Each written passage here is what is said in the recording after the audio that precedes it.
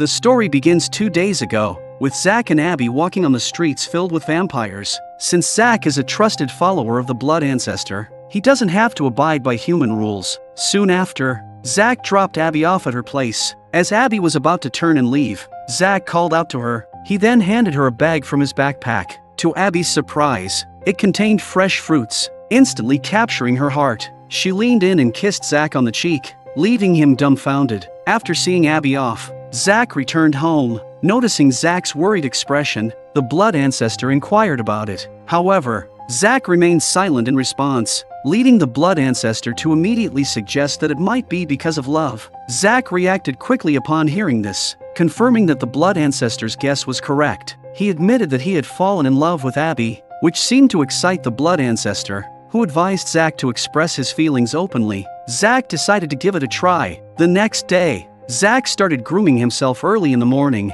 He then sat in a chair, waiting for Abby to come for cleaning duty. However, Abby's presence was noticeably delayed. Zach went to the kitchen to inquire and found out that Abby had taken a day off. Zach decided to go and find her. Soon, Zach arrived at Abby's place of residence. It was dark and damp, resembling a dormitory for factory workers. Zach then saw Amy, who was distributing food, he appearing quite cheerful, but the next moment, Zach froze as he witnessed Abby being intimate with another man. They even shared a passionate kiss, which infuriated Zach. Abby had never mentioned having a boyfriend, and Zach couldn't accept it. He left in anger. The next day, Abby came to clean as usual. She didn't notice Zach's moping in the slightest. So, how are the plums? Oh, they were amazing. Thank you again. Did your boyfriend like them? Yeah, I saw you with him. Where? In your room. You were spying on me? You kissed him! Yeah, he's my boyfriend. I was supposed to be your boyfriend. Look, Zach, I'm sorry, but I don't really think of you that way.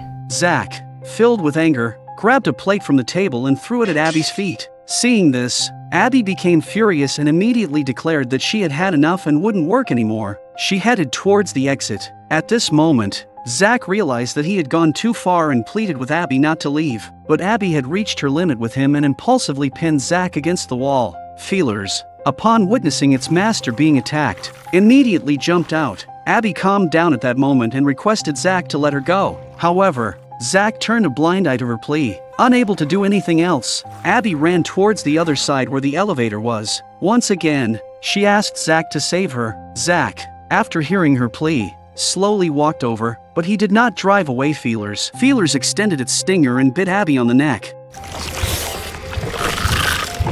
Meanwhile, Vasily and the others had switched to an airplane. If the inspection went smoothly, they would be able to take off. With the mission completed, Vasily planned to send Charlotte away to prevent Eichhorst from catching up to them. Charlotte hesitated upon hearing this, then tried to persuade Vasily to stay. She suggested going to live a peaceful life in a cabin in the woods. However, Vasily felt a heavy sense of responsibility and insisted on going to kill the blood ancestor. Seeing Vasily's resolute attitude, Charlotte chose to respect his decision. She then rode off on a motorcycle, leaving the airport behind. Watching Charlotte's departure, Quinlan was reminded of his past love once again. In 1800, at this time, Quinlan and Louisa were living happily together. Louisa's daughter from her previous marriage also liked Quinlan very much. They were happily walking on the street, but when they reached a corner, Quinlan noticed a vampire in the corner, feeding on humans. The presence of the vampire here indicated that the blood ancestor had come to find him. Subsequently, Quinlan asked Louisa to stay in place while he approached to deal with the vampire. Suddenly,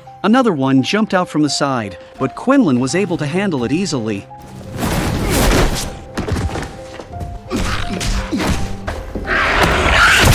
Invictus!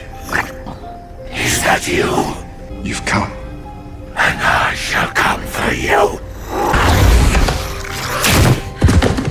After dealing with the vampire, Quinlan realized that something was not right. When he returned home, Quinlan started packing his weapons. He was going to find and duel the blood ancestor. Louisa, upon hearing this, was reluctant and hoped Quinlan would stay. This way, he could protect both Louisa and her daughter, but Quinlan insisted that he had to defeat the blood ancestor. It's what he was born to do. Louisa respected Quinlan's decision and asked him to come back after fulfilling his mission. The Master's life and mine, they are entwined. When I end his, mine shall also end.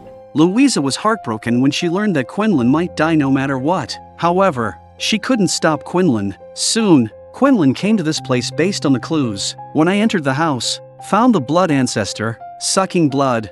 Invictus, my son. Much time has passed since our last encounter. I hope you have enjoyed the years.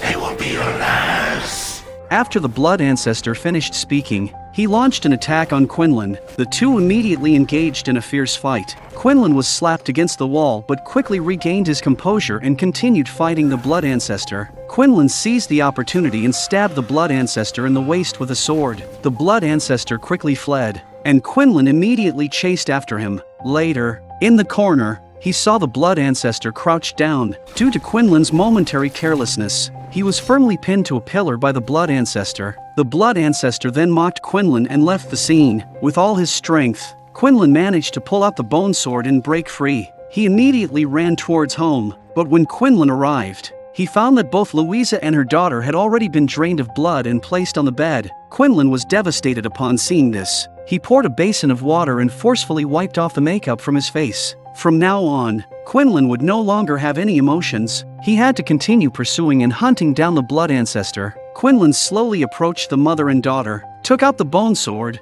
and struck down. Roman conducted a check and confirmed that the plane could operate normally. Currently, there is a large-scale storm in the eastern region, and they must detour, but they are unsure if they have enough fuel. Just then, Vasily noticed that Eichhorst was chasing after them. Roman immediately started the plane, but he needed to gain speed before taking off. Eichhorst had already rushed out from the side and closely followed behind the plane. Seeing that he was about to catch up, the tires of the vehicle suddenly burst. It turned out that Arthur was providing cover for everyone and forced Eichhorst to stop with a few shots. Then Eichhorst got out of the car and brought out a heavy machine gun from the back, aiming it at Arthur. Faced with a high density of fire, Arthur quickly couldn't hold on and fell into a pool of blood. At this moment, Roman successfully took off with the plane. Eichhorst, upon seeing this, turned his gun towards the plane. Just then, Eichhorst suddenly took a bullet. It turned out to be Charlotte who fired the shot. Immediately, she fired another shot, bringing Eichhorst down to the ground. Eichhorst watched the plane go away with great anger. Afterward, Zach no longer had a smile on his face. He spent every day in the company of cobras. Noticing that Zach hadn't left the house for many days, the blood ancestor transformed into Kelly's appearance and found Zach. Taking advantage of the opportunity, he could brainwash Zach once again. The blood ancestor claimed that the human heart is inherently greedy and constantly seeks to take things, using deception to hurt others. Zach remained confused after hearing this, unsure if what he was doing was right or wrong. Upon hearing Zach's confusion, the blood ancestor mentioned that he had helped Abby, freeing her from desires and impulsiveness. Now, Abby had become a member of the vampire family and would never abandon or betray him.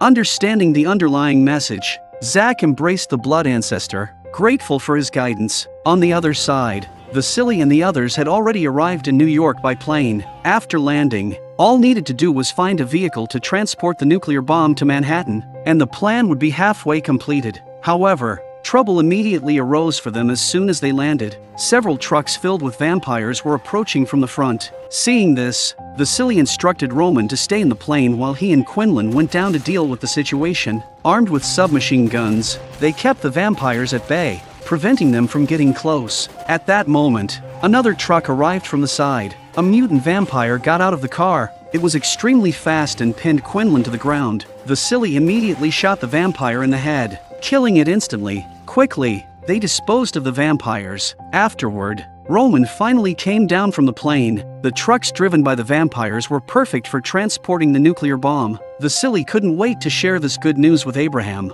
At this moment, Quinlan noticed that one vampire had survived. Slowly, it crawled towards Quinlan, and the blood ancestor took control of its body. Yes, we're here. After Eichhorst returned, he found the Blood Ancestor. He expressed his apologies for the previous mission and promised not to disappoint the Blood Ancestor next time. The Blood Ancestor was now filled with anger. Instead of killing Eichhorst, and then he used the trick of provocation, says he was a German officer before. Now, being defeated by a Jewish person, how did Eichhorst feel? If he resigned himself, he would surely be nailed to the pillar of shame within the Bloods. This comment managed to piss off Eichhorst, and he's going to go all out against the exorcism squad. If he couldn't do that, he wouldn't want to live in this world. On the other side, Abraham and the escaped Dutch arrived at their previous hideout. During their escape from the vampires, Dutch had hidden the oxydolumen on the rooftop. As Abraham prepared to ascend the stairs, he suddenly felt unwell. Dutch sees this and tells Abraham to wait here for her. When Dutch left, Abraham suddenly felt weak all over his body. Dutch returned with the backpack and noticed Abraham's abnormality. She quickly asked what was wrong, but Abraham reassured her that everything was fine. Then he asked Dutch to open the backpack. Dutch revealed the book, and Abraham breathed a sigh of relief upon seeing it. When F sees the truth, he immediately prepares to head to the temporary rendezvous point of the exorcism team. Meanwhile, Abraham and Dutch were studying the oxydolumen, hoping to find other ways to eliminate the Blood Ancestor. However,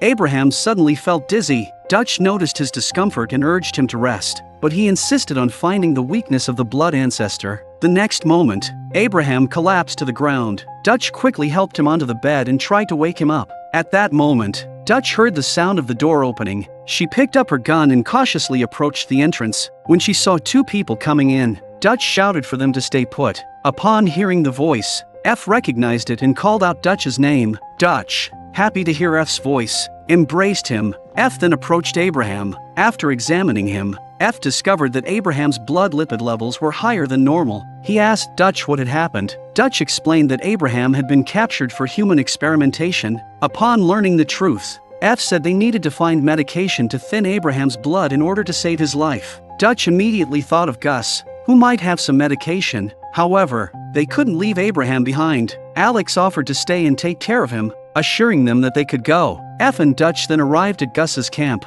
Gus was overjoyed to see them and embraced Dutch. Gus began asking about Abraham's condition. After learning that he urgently needed medication, Gus led them to the drug storage area. There, they found a wide variety of medications and food. Gus told them to take whatever they needed. In a corner, F finally found the medication they needed and also grabbed a pack of saline solution. At that moment, Cream demanded that F give him other supplies in exchange. Dutch felt embarrassed because they didn't have anything useful to offer. Gus said these were for them. This angered Cream, leading to a heated argument between the two. Gus is highly prestigious here and Cream immediately left here. Gus followed F and the two of them left the base together. He wanted to visit Abraham. At that moment, a truck passed them. Upon closer inspection, they found that it was a wanted poster for F and his group. After seeing this, Gus suggested that they shouldn't linger on the main street and instead take a small path in front. Soon, they bypassed the vampire guards and arrived at the stronghold. Little did they know, Cream had been following them all along. On the other hand,